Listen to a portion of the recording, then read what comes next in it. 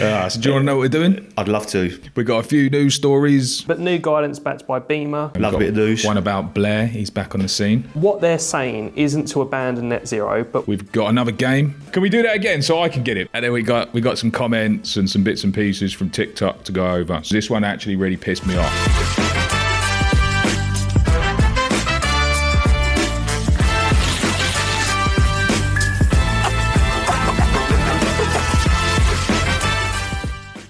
Yeah, do you know about this? Do you know about the Guild of Master Heat Engineers? No, never heard of it.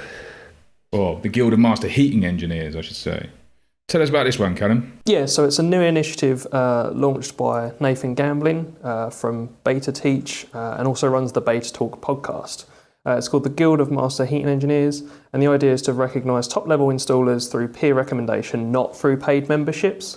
So not just a qualification on paper, but engineers being recognised by other respected engineers.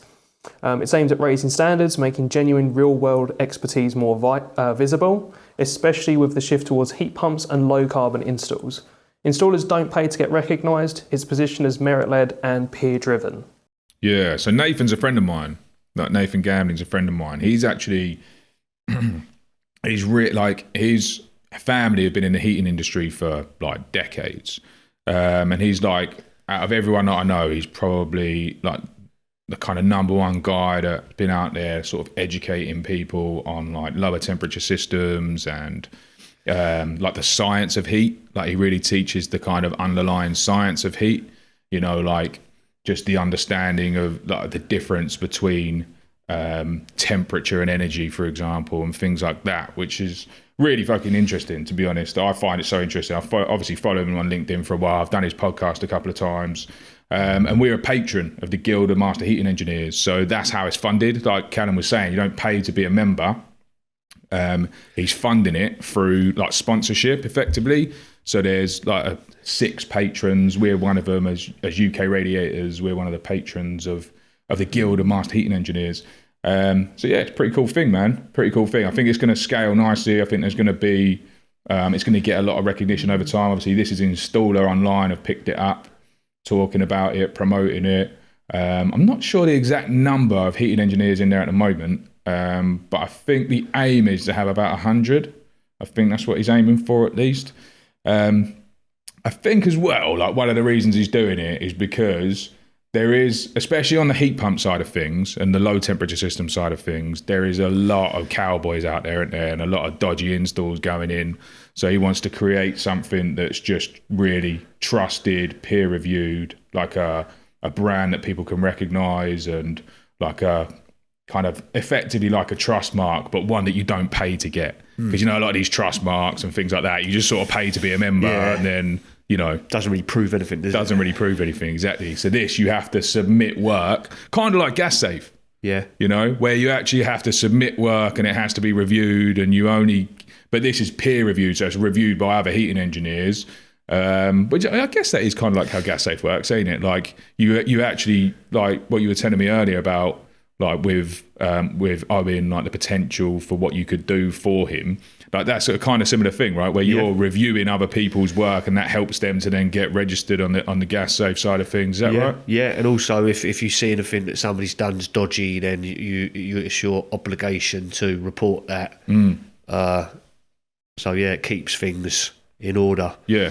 I like this though. I like the logo as well and the name, the Guild of Master Heating Engineers. It's good because, like you said, it's not paid for one of these website services that really anyone can join and doesn't really make your work that good. So when you get people that do them like boiler porn style installs, it's what we call it in the industry. When you look at someone's photo and it's like boiler porn, it's like, oh my God, like elite level installs where people just, because you get some people out there, even me, like I've been doing it like 20 years and sometimes I look at some people's pictures online when they're putting up on Instagram or YouTube and I think, God, look at that. I couldn't even do it like that. That is next level. Like some of these guys out there are next level. So yeah, that's what you want really. If you set the standard high, then it's got to follow that way. Yeah, definitely. And like I say, a lot of this, what he's doing at the moment, or a lot of the engineers that are in there at the moment, it is focused on like lower temperature systems and heat pumps, but like properly designed heat pump systems that actually work. And nicely installed. And quite often like in the types of properties that you wouldn't expect. like old country houses and things like that, because what like their kind of ethos is just like, if you design the system right, it can work. Like a heat pump can work in older buildings, in buildings with like lower levels of insulation and all of this kind of stuff. But it requires that scientific understanding to be able to properly design it, you know, because it is a lot more complicated in terms of like the mathematics of the way that heat moves effectively, and how you can then properly heat that with lower temperature systems and efficiently and cost effectively and all of that kind of stuff. But I am going to speak to him and see if it's going to be expanded to gas as well, because it's not like he's against gas. Like, he's been in the gas industry for forever, you know, and he's always bigging up like gas engineers, and you know he hates the side of the industry that kind of demonizes gas engineers a little bit, because you do get that a little bit nowadays, don't you? Where on that renewable side, you sort of get these kind of guys become a little bit sort of pompous, do you know what I mean? And just sort of think they're a little bit better because it's like, oh, we're doing this renewables thing and like gas is old news or whatever. But he ain't like that at all. So I'm going to speak to him. I want to know if it's going to expand, if he's going to be including gas engineers and how that's going to work exactly. But thought I'd tell you about it, see what you think. Like you said, it's probably as well because like heat pumps is a newer thing, and a lot of people are probably taking them on and getting the grant for it and stuff. People might just be throwing them in and not doing it to great standard. Funny enough, actually, because you know I've always been quite negative on the heat pumps and stuff like that, even though I do understand the benefits of them. I was working in some last week. I've been there a couple of times actually. Some like multi-million-pound house. It's empty, and this guy's in there.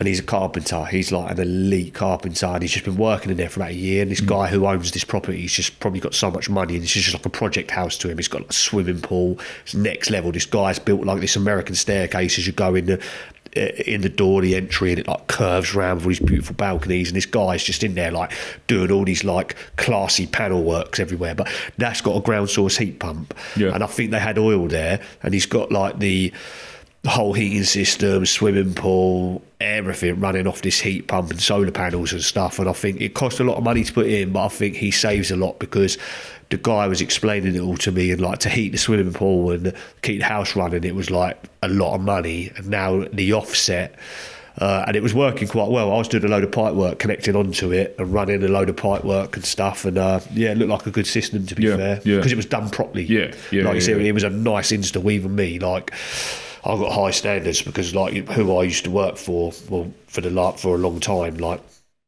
massive, great billion-pound corporation, supermarket chain, and their boiler rooms and heat pumps on their roofs and stuff was done to like next level standards. So there was a nice install done properly. So if you get things done properly, it makes the difference. Yeah, definitely, mate, definitely. That is the thing, and like it is a little bit more technical to get it done right, especially in the older properties, but it can be done.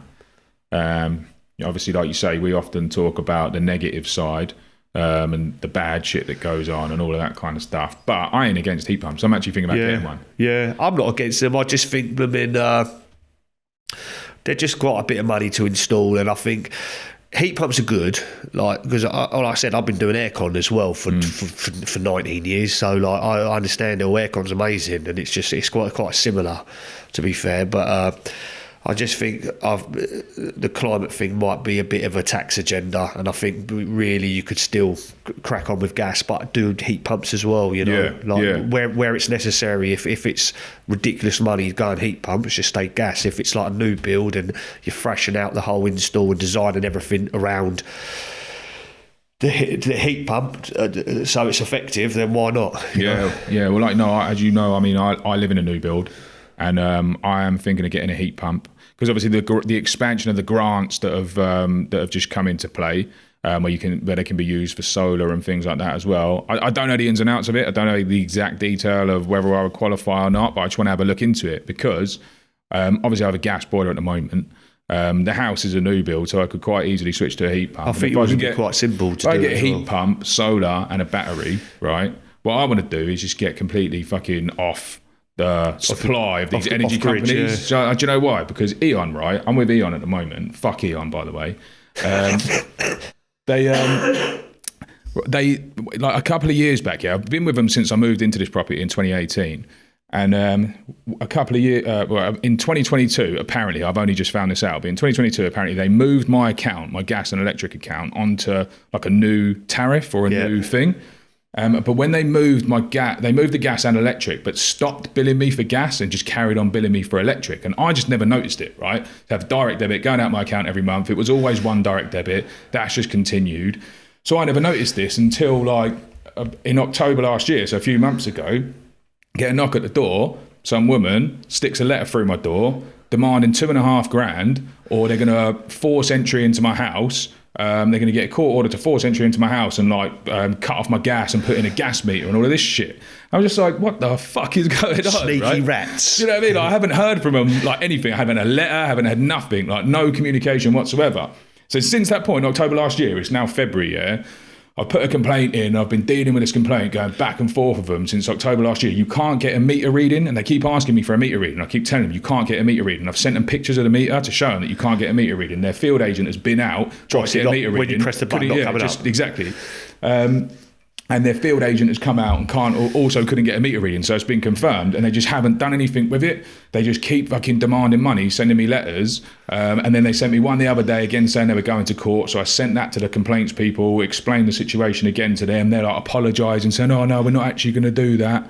But the other thing is they're not even allowed to backbill for more than 12 months. It's their own like off-gem rules. Yeah. So they're breaking their off-gem rules. They're breaking their own complaints procedures and their own policies. And it just makes me think... It's their responsibility to change the meter. It's exactly. As soon as the meter's not working and not getting a reading, they should be out the next day changing it. Yeah, exactly. I've told them they can do it. You can even access it without me being there, but I've told them they can do it. I gave them dates. Job. I even gave them dates, yeah, between Christmas and New Year, like the 3 days between Christmas and New Year. I said, come on those dates, 'cause I'm going to be home.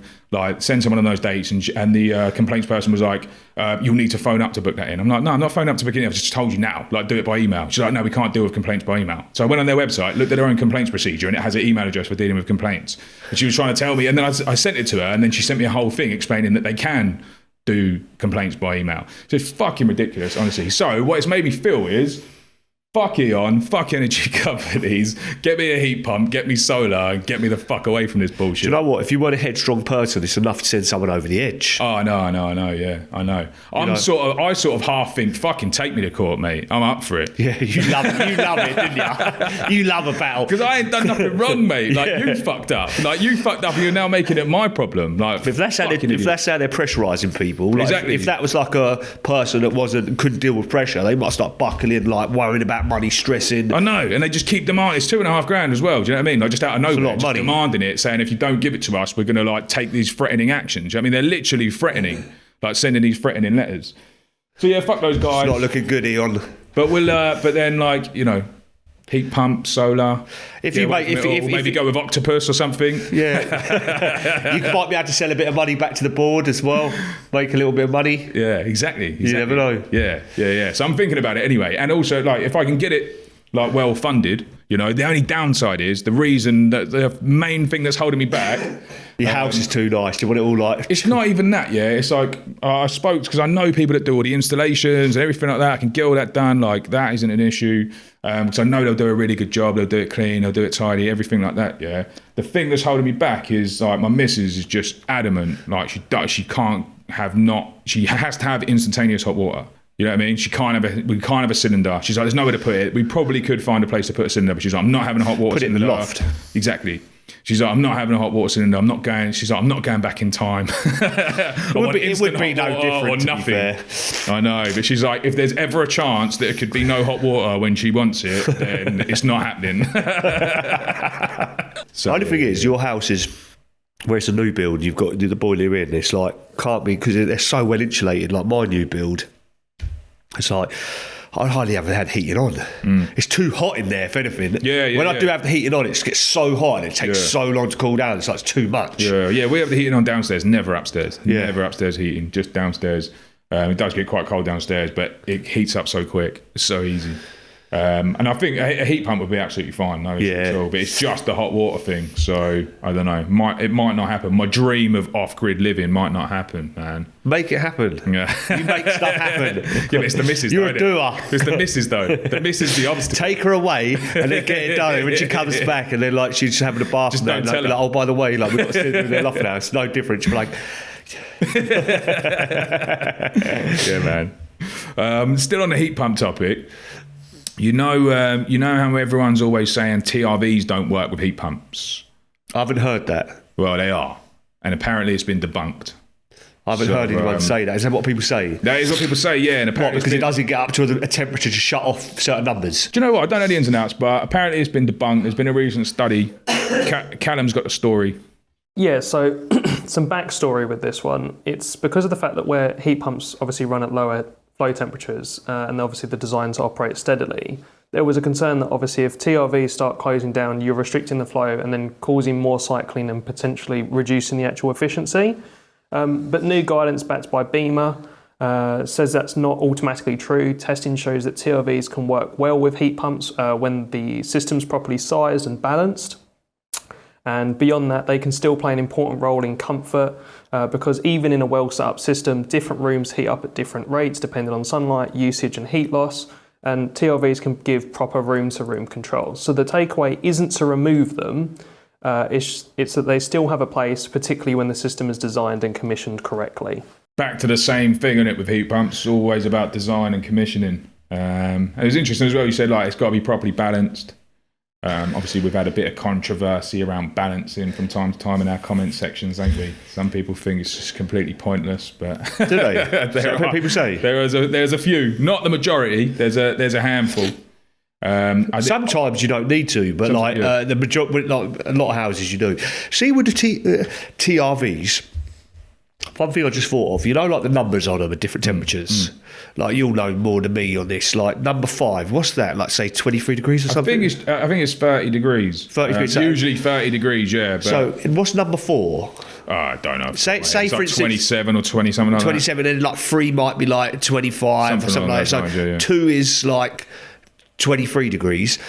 If a heat pump can only get up to 21 degrees in a house, which it can, so you'd have to have all the TRVs, like there must be different TRVs with lower set points, or you'd have to have them all on number 1 for them to turn off, wouldn't you? And if someone goes around and doesn't know and opens it to like number 5, or not number 5 because it never shuts off, but say someone opens it to like 3.5 or something, it's never going to get up to that room temperature to shut the TRV off, is it? No, it's unlikely anyway. So do they use like that is the thing with TRVs anyway, because the thing about TRVs is you never put them in the same room as you've got a central thermostat anyway, right? Yeah. If you've got a central thermostat, you don't put TRVs in there because then you've got 2 conflicting forms of temperature control. It's pointless. Yeah. Right. So if you've got your thermostat set to 21 degrees and that's where the thermostat is, and that's totally fine. Then you've got obviously other rooms in the house, maybe upstairs or whatever, that you want to have individual temperature control.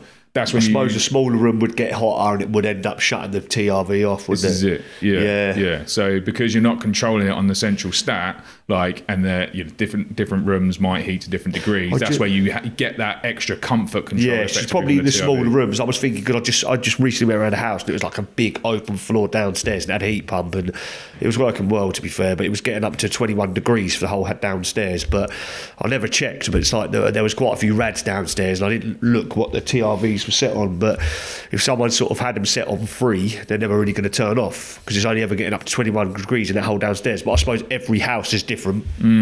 Like you say, every room's different. Yeah, and so in bathrooms and small rooms, it's still going to shut off, isn't it? No, and like I say, if you've got the central thermostat like in the same space as the TRVs, it's kind of pointless anyway. Of course, it is going to shut off anyway, isn't it? Yeah, exactly. It's just going to shut off based on the central stat. It's kind of pointless, but yeah, it's interesting to see the study. I did see that I think Danfoss, who's obviously quite a big manufacturer of massive, radiator valves and heating controls and all of that kind of stuff, had something to do with it. So like with all kinds of studies, you kind of got to look behind it a little bit to see where it's coming from. You know what I mean? I'm not saying that there's anything wrong with the study or anything like that, but it's always worth knowing, like, who's involved with it and why, and if they do, stand to benefit from the outcome of it at all, then it's sort of like, okay, that kind of makes sense. Yeah, they designed a valve, so they're going to want it to work. But also, at the end of the day, nobody's going to invest money into producing studies unless it's central government or something along those lines. Like no individual company is going to, or anyone in the private sector is going to invest money into any kind of study that is against them. They're always going to. No one's going to do that. It's just madness. They want to prove their products works. Exactly that. It doesn't like diminish in any way the outcome of the study, but it is always worth knowing that. I suppose if they found flaws in it, they could just simply say, "Oh, look, in this scenario, you want to be doing this." So it probably is a true study. Yeah, because there's going to be all unique scenarios with TRVs in every different house. Like there's always going to be different floor plans and different ways that things are, but I'm sure if they found like small issues, they'd just label it and say, look, in this scenario do this. And on the point that you were saying about like the 21 degrees, like most systems are designed for 21 degrees anyway, like whether it's a gas central heating system or a heat pump system. Tell that to a woman. They have the thermostat right up, never turns off. Really? What, does your missus do that, does she? Yeah, it's like 23, 24 degrees. It's like tropical. Madness. Do you know what? Always leaves the heating on, and I forget in the at night, and I wake up and she's so hot, she like turns into Inferno at night, and I wake up and like there's a radiator right next to me, like. Every night I have to go downstairs and turn it off and open all windows to let all the heat out. It's killer. Yeah, savage, mate. You get it in I don't know offices why too. I haven't just put like a Hive or something that connects to my phone. It's because I've just been lazy because it's my own house and I do so much of it. I just can't bother to do work at home. Mate, you always get it in offices too, man. Like where somebody will come in and it's a bit cold and they'll crank the thermostat up to like 27 degrees because they think it's going to heat up faster. But obviously it don't. It just makes the room fucking boiling. Yeah. And then like somebody else like can then just get the fucking thing, just turn it right down because they want it to just go off, you know. And you just get these thermostat wars, man. Classic little office thing. You haven't really ever worked at much in an office, have you? Nah. So it's one of the biggest downsides of working. That's why everyone likes working from home. So you can just fucking have the temperature. I've done aircon work in offices, but yeah, man. Have you seen this thing with Tony Blair's think tank? He's come out having a go at Ed Miliband and net zero. All I think about is when you say Tony Blair's all these online memes where they've made him look all devilish. It's everywhere at the moment, isn't it? He's an evil guy. Yeah. It's everywhere at the moment. Bill Gates II. What's going on with this one, Callum? So the Tony Blair Institute has put out a piece arguing that while most people still support the climate action in principle, confidence drops when it feels like expensive or disconnected from like real world impact. So in their piece, they basically point out that obviously with the Paris Agreement was signed back in 2015. Since then, obviously, we've had COVID, Russia's invasion of Ukraine in 2022, which have resulted in quite a few energy price shocks, all of which have slowed progress into making and also make the transition feel a lot more costly. And there's also the common argument that even if the UK hits net zero, it won't shift the global dial unless countries like China or the US move at the same pace as we are. So what they're saying isn't to abandon net zero, but what they're calling for is sort of more like a reset. So less emphasis on rigid targets and more of a focus on like tangible benefits. So lower bills, energy security, economic growth and investment in scalable technologies like AI, carbon capture, nuclear power and large-scale afforestation. The core argument is that the climate policy has to feel practical and economically beneficial and not just symbolic if public support is going to last. So Tony Blair is now saying the same shit that I've been saying for like 3 fucking years, but it's come out of his think tank and probably cost fucking millions of pounds to produce the report. Like, what a load of bollocks, isn't it? Like every sensible person in the fucking world has been saying this for ages. Like, but now Tony Blair's think tank's saying it, so we better listen. Like, not bad. Mate. But we've all been saying this, haven't we? Yeah. Everyone's been saying this for ages. It's like, it's great. Energy transition, brilliant. As long as it's cost effective and makes sense for people financially, then it'll work. But if you try to force people to do shit that is damaging to them economically and financially, then they're going to resist it because nobody wants that shit. Of course. And there's no logical reason to do that because ultimately net zero for the UK doesn't mean net zero for the world. So why is anyone going to accept being like financially put into financial hardship over something that isn't really going to make any difference to anybody anyway? Yeah. You know what I mean? Like, so yeah, well done, Tony Blair. You're catching up, mate. Well done, Tony. Catching up. It's basically a U-turn anyway, isn't it? Because he's been one of the major proponents. It's like the whole Bill Gates thing. It's like all of them. Like, they've all been major proponents for this shit for ages. Probably what it really boils down to, and this is my little conspiracy hat on, It's probably the fucking global investment banks who probably fund these think tanks anyway. Have like made a ton of money out of the green side of things now, and they want to rebalance it with the fossil fuel side of things because they make money out of all of it, no matter what. And it's probably that is happening. But it doesn't help as well when you've got like Trump and people like that calling it the climate hoax. No, it definitely doesn't help. And like majorly U-turning on it. Yeah. I mean, this is obviously... what happened with that thing? You know when you said about the Paris Agreement? What happened with that? I remember there was like a timer. Was that in Paris? There was like a clock going down constantly. What, to do with net zero? Yeah. Oh, I don't know. Probably is still there. Might be. That was ages ago. It was like when we hit this... It sounds familiar. Is it like the however many minutes towards something? Yeah, till like it's too late. What, till the target? Do you remember that? It was like a massive thing. It was like there was like a massive clock and it was constantly going down. It's like, if we hit this period... Was it like Paris? Because what happened to that? I don't know. I don't think it's the Paris Agreement. I think it's more a...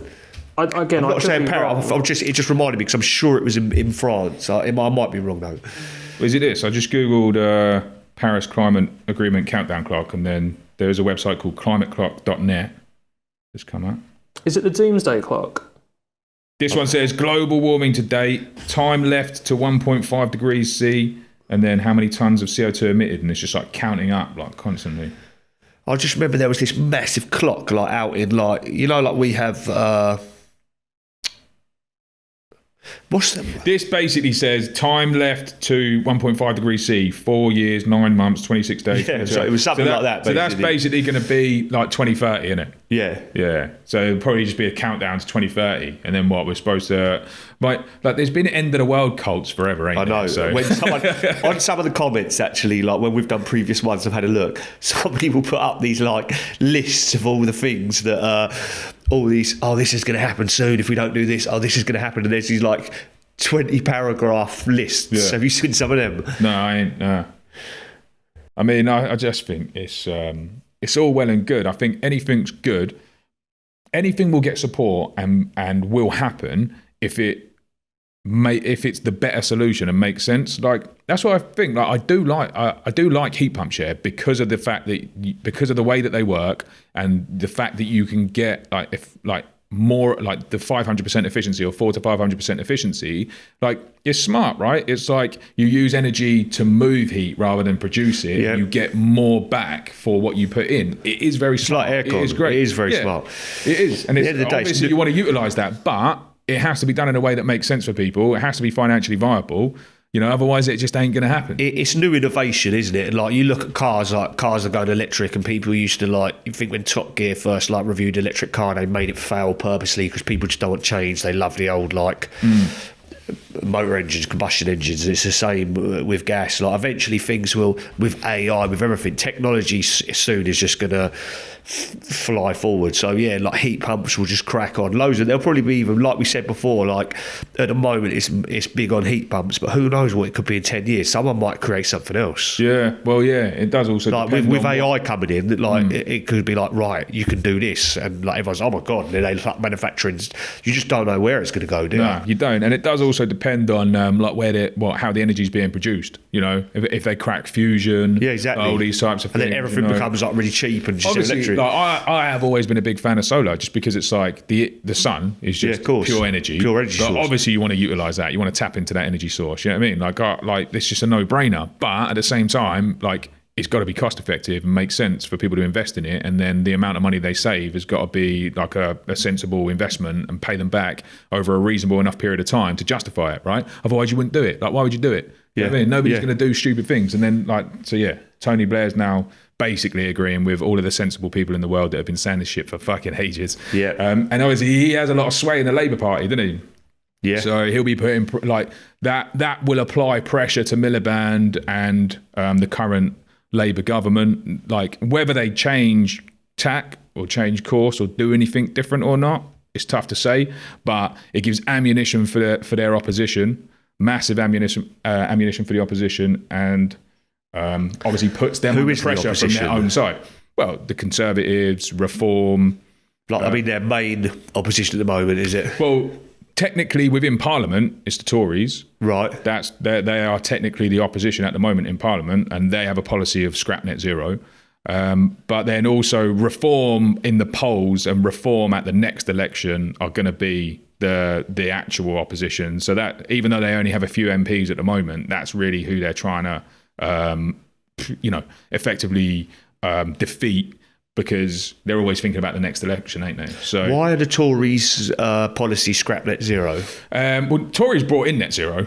Did they? Yeah. Because I'm just uneducated in this as well. It's fine, mate. The Tories brought in net zero. It was their policy to implement net zero, the net zero by 2050 or 2030 or whatever the things are, the Paris Accords, all of that. That was all Tories. Right. That happened all during, I think, Cameron, like all of them, really. But now that they're in opposition, since they got voted out, they've had to change their policies, right? Try to get support from the public. To be the opposite, yeah. Yeah, and also try and get support from the public as well, because it's like there is growing, what's the opposite of support? There is a growing opposition within the public against net zero, because people don't want to be forced to do shit that makes them financially worse off. Yeah. And also the economy's not growing, right? And the cost of energy is the highest that it is in the world. If the cost of energy was coming down, then people would be all for it. Right. Yep. But it's like, if we've got to do these things and it makes the cost of energy go up, then people are going to be against it. Like, it ain't rocket science, is it? Yeah. Obviously, Blair's blaming it on the Russia invasion, this, that, and the other. But, whether when you look at the countries like the Saudi Arabia and Kuwaiti and all them countries, like the money they're producing, that was once us. Yeah, exactly. Yeah, so calling for drilling in the North Sea is not exactly stupid, is it? I mean, it's there. Like we just import the bloody energy at the moment anyway. We import gas and everything at the moment anyway. We're just not selling any. And they say, it doesn't really matter. It's not going to make any difference to the price or the cost of fuel, because it's all set by like the global pricing system that we all. Yeah, but if you bring more oil online and put it into the global market, you increase supply, which then reduces. And you're price. not having to buy it. Surely, like if you're, but even if you just sell it, right? Even if you just sell it into the open market, when you bring on more supply, because it's all supply and demand at the end of the day. Yeah, the demand is what it is. If you increase supply without increasing demand, then you reduce price, because there's now more available. So it becomes cheaper. It becomes cheaper, exactly. So you can have an impact on that global price by producing and selling into the open market. There's also just a huge benefit for the economy, for jobs, for taxation, for the government to, tax take, because it's like it's a really well paying, high skilled jobs. It just doesn't make sense not to have that happening because of some ideology. Yeah. It's just, we're not there yet. Like at a certain I've got point, you talking on the flip side now. Look, mate, I'm just a sensible person, mate. Like I genuinely. It's just the reality, isn't it? It's the reality, mate. And you've got to explore new technologies and new things, right? But don't cut yourself off from older things until you're ready. Do you know what I mean? Like get to a point and financially hit yourself. Exactly. And if the country was being powered by nuclear. If we had nuclear plants all over the country and we didn't need it, and it was just more cost effective to run like nuclear or whatever it might be, solar, anything, then fine. But it's like we're not there yet. So why are we trying to run before we can walk? Surely nuclear is the key. Do both. Do all of it at the same time, and let the best, the best, most cost effective thing win. Like, don't try and force it, because that's all they're really trying to do. They're trying to force it because of ideology. What we should be doing is all the money we spend on crazy stuff when you read in the papers about all this, and I know it's going to be well expensive, but they should start smashing out nuclear power plants. I know they take a long time to build, but get. I know they're doing a huge one at the moment, but start getting other ones going.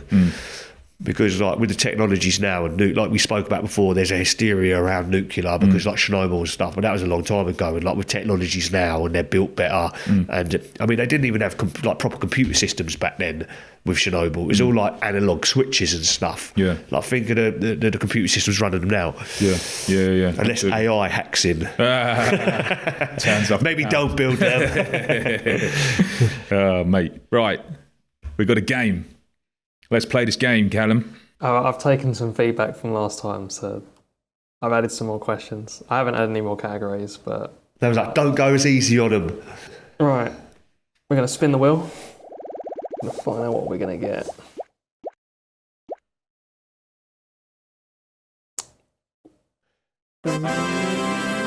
heating systems. You're in the wrong game, Callum, I tell you. I'm a jack of all trades. Right. So, heating systems. What component controls whether heat goes to hot water, heating, or both? Three-port valve. I don't have that one, but for some reason I don't want to argue with it. What component controls? Yeah. Say it again, Callum. What component controls whether heat goes to hot water, heating, or both? Three-port valve. What have you got? I was going to say actuator valve, but... I have diverter valve / zone valve. Yeah, three-port valve. Oh, is it a 3-port or 3-port? Three, as in As three. in number 3. But you can have it as you can have a two-port valve to do it on a different system. So, and that, you are right with what you're saying. Like, also, what's an actuator valve? That's what I had in my head. So, an actuator valve is like on top of a two-port or three-port valve is an actuator. A synchron motor. What happens is whatever you're calling for, it moves the valve into different positions, so it diverts the water. Yeah, fair enough. Fair enough. Right. Yeah, so basically you were saying the same thing, I think. Okay, that's fine. Just different words for the same thing. That's fine. One point to James. Oh, well. I got that one wrong. You should give it to Rob. He needs them. I'm feeling sharp today. No, I took the feedback. I was like, let's add a scoreboard. Yeah, Right. I like the scoreboard. Good addition. I like the feedback. Let's go again.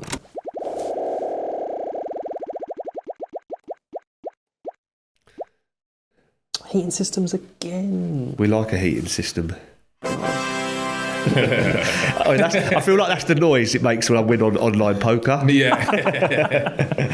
I'd be in the gambling depths if that was the case. It's pretend money. It's not like a real one. I play this one called Pokerist. It's all just pretend, but I love it. Right. What does system balancing actually achieve? I'll let you get in there. Are we talking about radiator balancing? Yeah, system balancing. Yeah, system balancing. Yeah. It achieves even distribution of flow. Perfectly put. Fair distribution. Yeah, I have even distribution, even heat distribution across radiators, so that is completely fine and correct. There you go. Point on the board. Point on the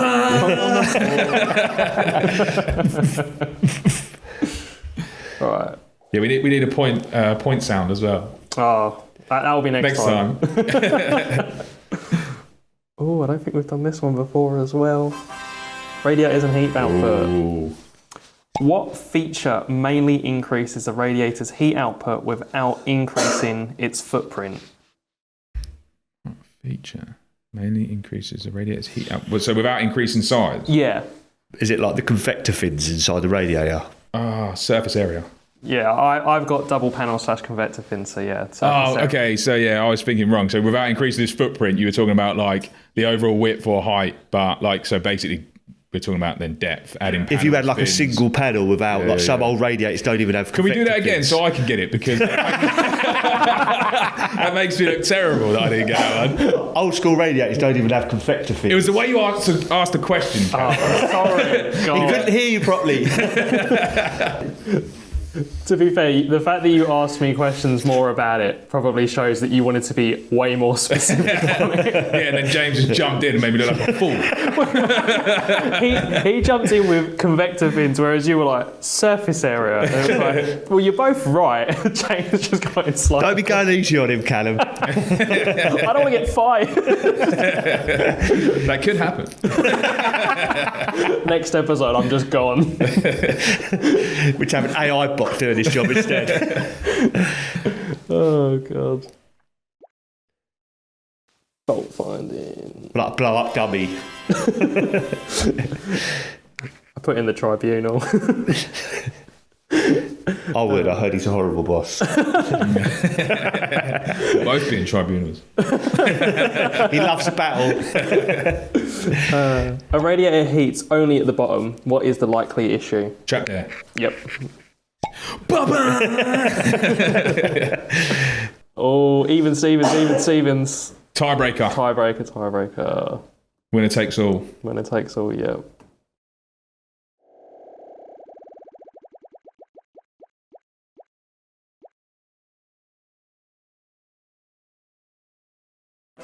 Oh. I hate real world The scenarios. real world scenarios. I'm all about the fake world scenarios. I'm all about the theory. You might be right. Someone wants to swap to a designer radiator. What is the first technical check that should be made? Heat loss calculation. Yes. Yeah, I'm the winner. I was just about to say that as well. So we will be ending the game show section 3-2 to Rob. Yes. 1-1 on games 1-1 now. overall. Nice. Good one, Callum. I like it. Damn it.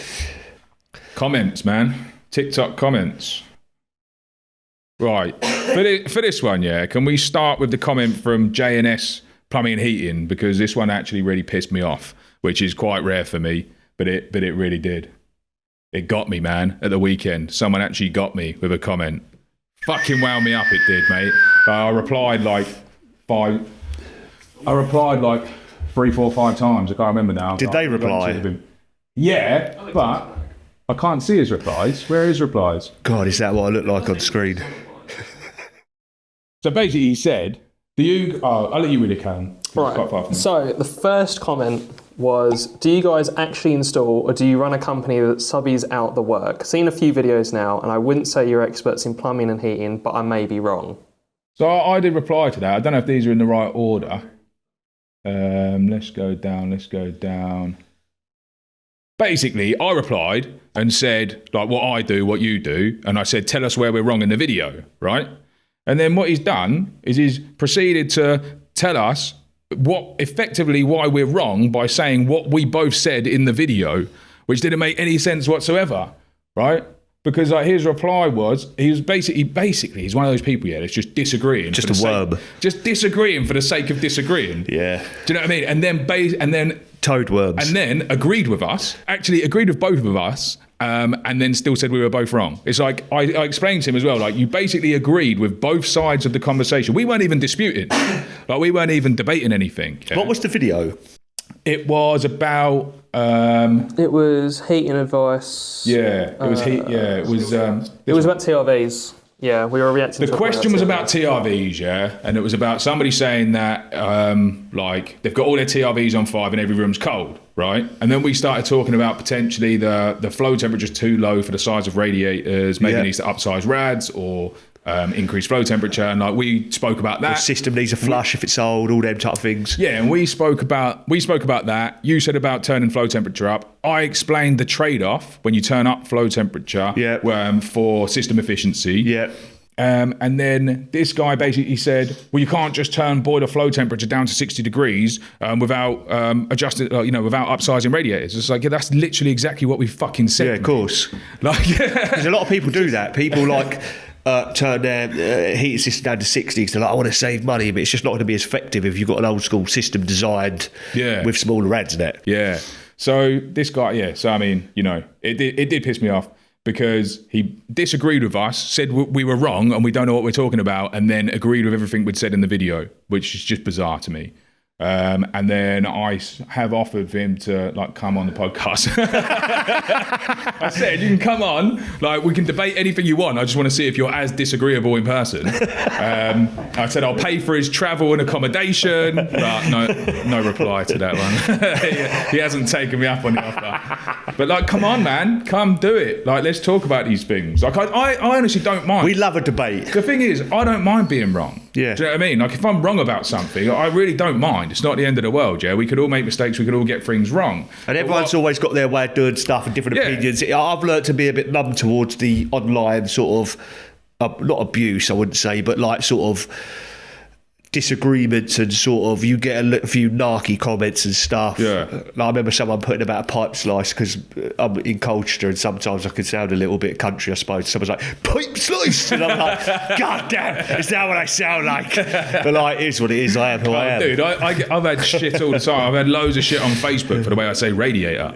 Like, because obviously we run Facebook ads, and if I say radiator in a Facebook ad, well, how are you meant to say it? Well, it goes out across the whole country, don't it? You know what I mean? So like, because I have an Essex accent and I say radiator, Radiator. They're like, some people just jump all over. What you meant to say? Radiator. A radiator. Yeah, I mean, it really triggers some people. Like, I don't give a fuck about that. Do you know what I think? It's just the online territory is just so catty, and like even I'm like it with football and stuff. I only really go on like X and scroll, and like with football, as soon as there's anything to do with like Spurs, I'm a Spurs fan. It's not good at the moment. I'm like, bleh. So like I get it. People just like a lot of the time are scrolling, giving themselves brain rot, and miserable, I suppose. Yeah. And just like to have a little cat. Yeah, it is. But at the same time, it's like, disagree, fine. Do you know what I mean? If I'm wrong, point it out. If either of us are wrong, point it out. You know what I mean? At the end of the day, like, no one's trying to say that we know absolutely everything there is in the world to know. Like, so everyone can get shit wrong. Yeah. Like, I try, generally speaking, to only talk on things that I do know. And if I don't know something, I'll literally just say, I don't know that. Or I'll ask you a question. I was like, what's this? You know, because I don't know what that is.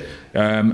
But for someone to say you're wrong about something and then to agree with you and still say that you're wrong just pisses me off, man. No, it's just really wound me up. And when people are saying, like, there's one comment that, like, when we first started doing it, where someone like was like, this guy installs ball valves and tap washers for a living, and like we're talking about mainly domestic's a downgrade for me. I've been installing like 60 grand boiler rooms and plant rooms and massive mechanical circuits for like the last 19 years, and like I just think, bro, what you do ain't even on my level, bro. You're probably a domestic plumber fitting domestic boilers, and you're talking to me about fitting tap washers and ball valves and stuff, you know. Yeah. Like, please. I know, mate. I know. But you just have to ignore it. Yeah, and I've got all catty then, look. Yeah. That's what happens. Nah, exactly. Sometimes you get like, we're all human. At the end of the day, someone just gets you to bite. This one got me to bite, man.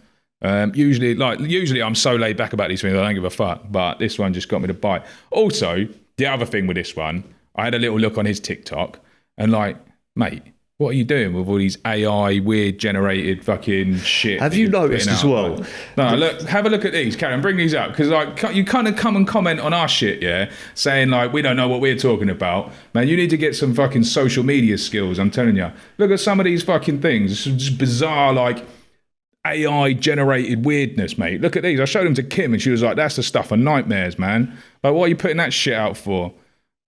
It's bizarre. Stop it." We'll come down, come on the podcast. We'll create some good content for you. Click on that boiler install. Straight up. Oh, this one there. Let's have a look to see. I ain't talking about that stuff. I'm talking about the weird AI shit. Yeah, no, that's the only video I think that's on there that's actual work.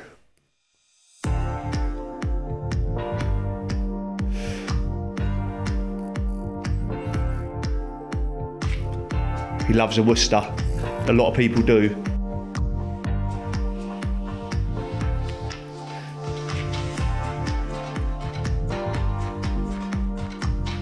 Oh. Don't see the pipe work. Yeah, it's weird. You're not going to show your install. It's just like, we've seen the dial. This can't be someone's work. This has just got to be literally a Worcester advert or something, because no one's going to fit no one's going to fit a boiler and not actually show their pride in their work and their plumbing after, unless the pipe work wasn't very neat.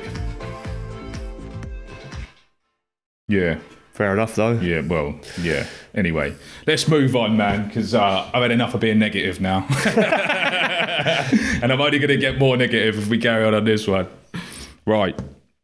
On a positive note, yeah, there's a TikTok channel that I came across that I wanted to give a shout out to, partly because some of the comments I'd seen on this were just super negative and I just couldn't understand why. So it's called Pipe and Skill. Yeah. I wanted to give them a bit of a shout out because I think, especially where as well, you know, we've done those 5-day plumber course thing. Yeah. We're reacting to that. And obviously that isn't something that we're promoting in any way whatsoever. But when you give like airtime to stuff like that, it does sort of inadvertently promote it somehow. Yeah. But this is actually like a legit, like they run this at a college. It's more on the showing how to do bends on copper and things. And it's more on the plumbing, like the kind of plumbing side of things as opposed to heating. Yeah. But I thought it was a really good channel. It's like good, valuable, like in-depth, like little snippets of information for people to learn from and to teach. It looks like good content. Yeah. So I wanted to give it a shout out, Pipe and Skill, and then just look at a couple of the videos, maybe pick one or two, and then see what you think. The Passover. So look at some of the comments. Passover one. It's the one with the bend. That one. Yeah, that one, because that's the one that I actually came across. Because it's hard to pull. So this, one sec, pause it, Callum. This is one that I came across that was getting like a bunch of like negative comments and hate and stuff like that, which just seemed bizarre to me because it was like actually quite a technical, skillful thing, and clearly the guy knows what he's doing. Yeah, it's hard to pull a neat pass over. A lot of people like. I mean, I used to pull all passovers and that, but now I just cheat and throw like 45s in and stuff like that. But Should you watch it? It's an art. A half crossover. So we're going to go for the T-piece. That'll be coming out at an angle, and we're going to go across that pipe. Measure how much pipe I'm going to need for that. On this one, a piece of pipe, maybe 340mm. Put my thumb on the 340mm. And the first thing I want to do is to mark out this bend here. So I put the pipe in, I hold it up to it, and where these two pipes touch, that is going to be my first bend. So I've marked from the T-piece to my first bend. Again, I'll put an X on the pipe, so I know this bit goes on the hook side. When I put it on the hook side, I'll make sure that I have enough room here. Put it on, and I want the mark that I've got on these Hillmore benders. It says 15mm. I'm going to use the last M on the 15mm side. I'm going to bend that right around to maybe 70, 80 degrees. So I'll bend it right round. If I know where 90 degrees is, I know 70 or 80 degrees is round about there. That's my first bend. So if I put it in here, like that, obviously that's not going to work. I've got to bend this top bit up this way. So what I do is I put the end of the pipe on the spirit level or any straight edge, bit of skirting board, something I've got. I'm going to mark a line on that side of the pipe, like that. That's the bit I'm going to line up with the bending machine. How I do that is, again, that's the size that I want to keep. So I put that on the hook side. I put it in the bending machine, I bring the hook up and over, and then what I do is I drag that point back to the curve of the wheel, just bring that back until it touches like that. I get my guide, I put my guide in, make sure if I look down the bender, it's nice and straight. I've got to turn this bit out a wee bit, so that's level. And now I'm going to bend it. I want this pipe here to line up with that point to meet. I check it again. So what I've done is I've tried to run that pipe along to be level with that point there. I can put it on the straight edge. This pipe should be flat on the straight edge, and hopefully, if I've done it right, this should be touching the top edge as well. It hasn't. So all I need to do is I don't throw it away. I can put it in the bending machine backwards. And all I'm going to do is stretch that bend until I get it. We have a half crossover. Nice. It's very detailed, isn't it? Like very good content for people that are actually trying to like learn. Yeah, for beginners, it's great. Yeah. And do you know what? Even I've just learned something new. Then, like I literally just smash it out by eye because I'm well quick on a bender and I just do it all by eye. But even putting it on the level just to get this like to try and work it out, is a good little idea. But you're always going to get what a comment saying. Because I'm sure I saw some negative comments on this, which is what first sort of drew me to it. Because I was just like, why are people like this? Well, probably be the pro benders where he had to put it back in the bender and kink it a little bit. But in the real world, you just do stuff like that. Easier to just use a flexi. You'd never use a flexi there. Just put a four-way intersection. Any new plumbers, please don't do this. This is rough. This is rough as. Put pipes together, and I prefer to see a small set into M/F elbow into the T. Where's the one that they replied to as well? I mean, it wasn't the neatest of sets, but the guy is just trying to show people like how to do it, isn't he? You know. Someone said, could you get the pipe work any further apart, lol, and then they've responded. Full video is up on YouTube that explains why it's that distance from something. Yeah, because he's just trying to, it's a demo, isn't it? Yeah, well, this is the type of thing I'm talking about. Go back to that one. So it's just like, could you get any the pipe work any further apart? Like, it's just like, mate, everyone's so critical, isn't they? Because in the real world, you just wouldn't have that distance. They're just too far apart. You'd have it all next to each other and neat. But he's just doing a demo, trying to help out the kids and that. Exactly. Like, they do this at a college, you know.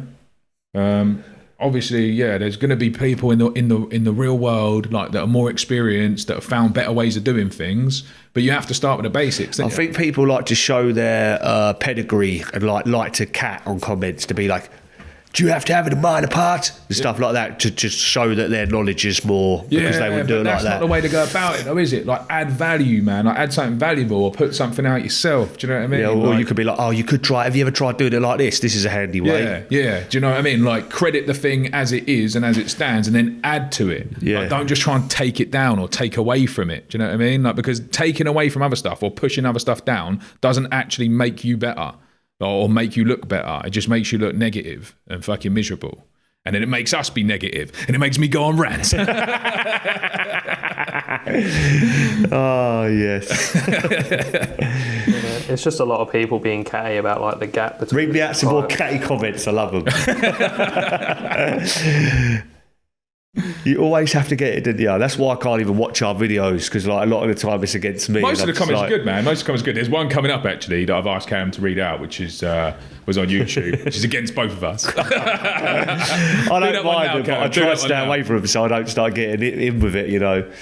Yeah, so on YouTube we had this comment from this guy called M. Ready? Bango. Strap in. You ready? 2 of the most unlikable Muppets I've ever seen try to do a podcast. Well, you haven't got to watch, bro. You know what I mean? Or are we your dirty thing? You know, like It's bizarre, we a dirty isn't it? secret. You can't stop watching us. It's strange, isn't it? Though it's strange. Like I could never imagine ever in a million fucking years going on anything and just commenting something like that. It's bizarre to me. But like. What I was thinking about the other day, though, like the thing I actually like about that comment that made me feel quite good is you can't get anywhere in life without getting some hate. Yeah. Like the biggest people in the world. Yeah. And Muppets ain't too bad. We are quite illustrated, aren't we? You know, unlikable Muppets. I like it, you know. I quite like it. Carry on. But if you think about it, though, like the most successful people in the world, all they get is hate. Do you know what I mean? Like the biggest podcasts in the world get tons of hate. Like Rogan gets enormous amounts of hate because loads of people hate Rogan. Yeah. Like Diary of a CEO, Stephen Bartlett.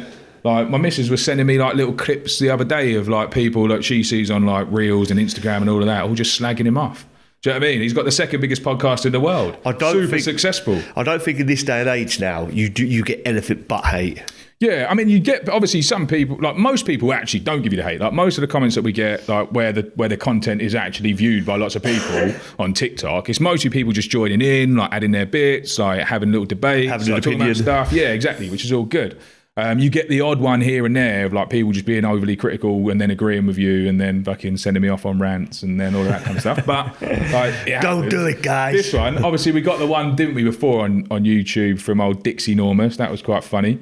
But this one, it just made me laugh. And also, then I looked at the guy's name and it kind of rang a bell. And I was just wondering, I do actually think it's somebody that I fired a few years ago. Oh, no. I did ask. I was like, are you the same Mark that we fired a few years ago? If so, you really need to get over it. But he ain't replied. So we don't Do you know what as well, what I was going to say earlier? You always get the people that have these comments and have to do the cat. Like you click on them out of curiosity and it's like a celebrity is the image or something, or it's just like some random. It's never like a real person. Never a real person. No, it's like, come on.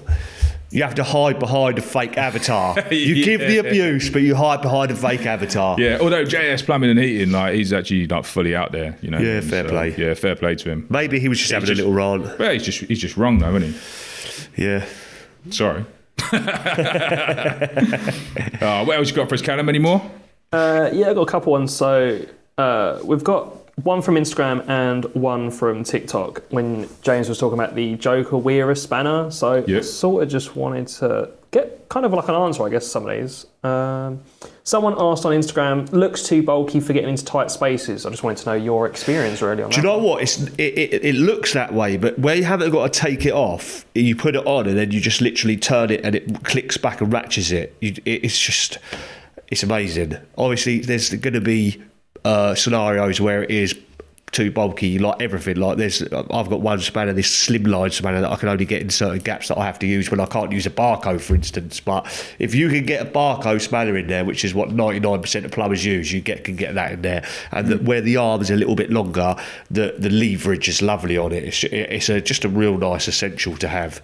And you know, there's fake ones out there on like Temu. Someone showed me a Temu one the other day and it was quite good. Obviously, I've got the Wera one, because I just wanted the quality. I don't know how long the other ones will last, and obviously Wera's German and it'll probably last a lot longer, but it's just a nice tool to have. It's a luxury. Yeah. Funny you mentioned Barco, sorry. Someone on Instagram literally just says, can't beat a Barco. You can't beat a Barco, I agree. Like I've always used Barcos and always will do, but there's just little scenarios where you don't have to keep taking it off and putting it back on and then taking it off. With that, you just go, and it's just a lovely luxury. Yeah. There's some more on that on TikTok, wasn't there? Yeah, I was just going to jump into the TikTok ones. Again, you might be able to clue me in on this one, but someone says, so it self-adjusts and does few sizes, kind of like another tool. I think they're kind of like another tool. I think they're sort of comparing it to just an adjustable spanner. I don't know. They're being a bit. What's the word? Or maybe they're calling me a tool. Not that I mind. Yeah, it self-adjusts. It literally spring-loaded, and it's really sturdy. It's just a nice tool. Yeah. A couple of people were asking because someone said that they'd bought it. Yeah, can you tell me when it comes in handy? I bought the set last year. Pretty expensive. I rarely use them.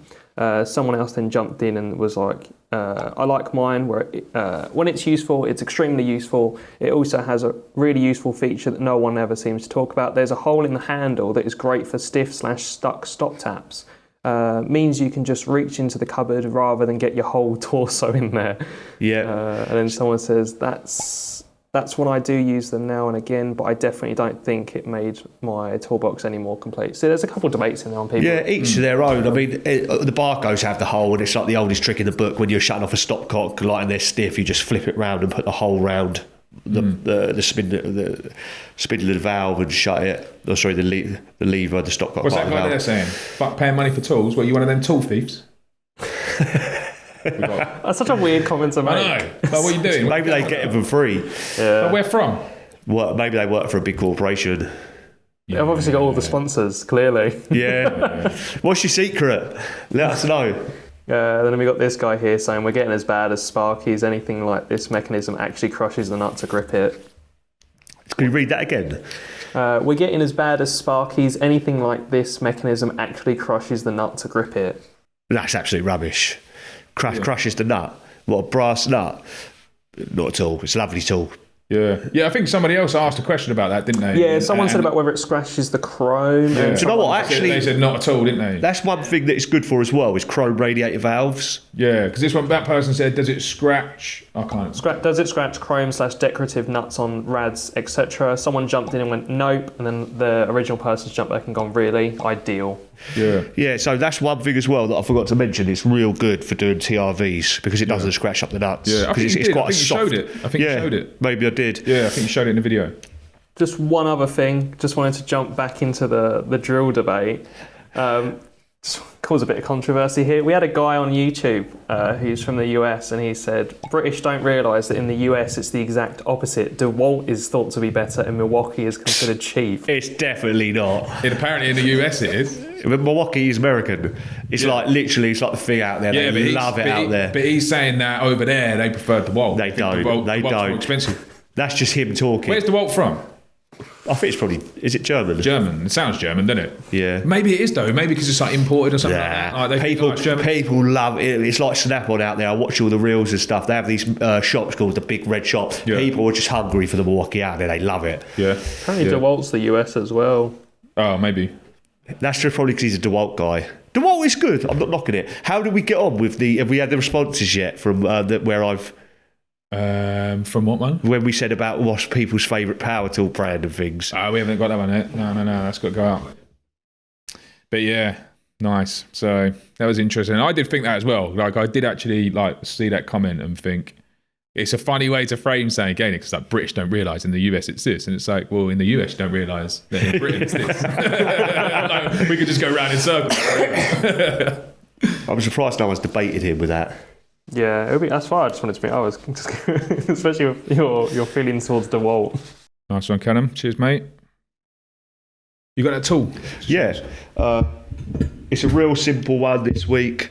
And I know most people already know this, but I've just started using them instead of using like abrasive web. And this is just a pipe cleaning gizmo. I actually bought ones in England for like £20 or 30. I can't remember what it was. It was quite expensive for a set. They might have been like 26 quid or something. And this one just fits in my impact driver. And I actually got this off Temu.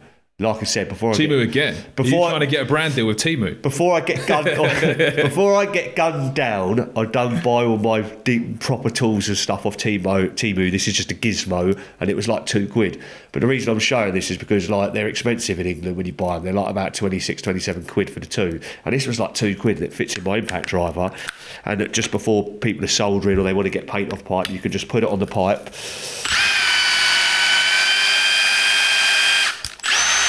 And then just I just broke. I just broke. Hey, Callum, edit. Oh, no way. Well, it's because I span it the wrong way. There you go, look.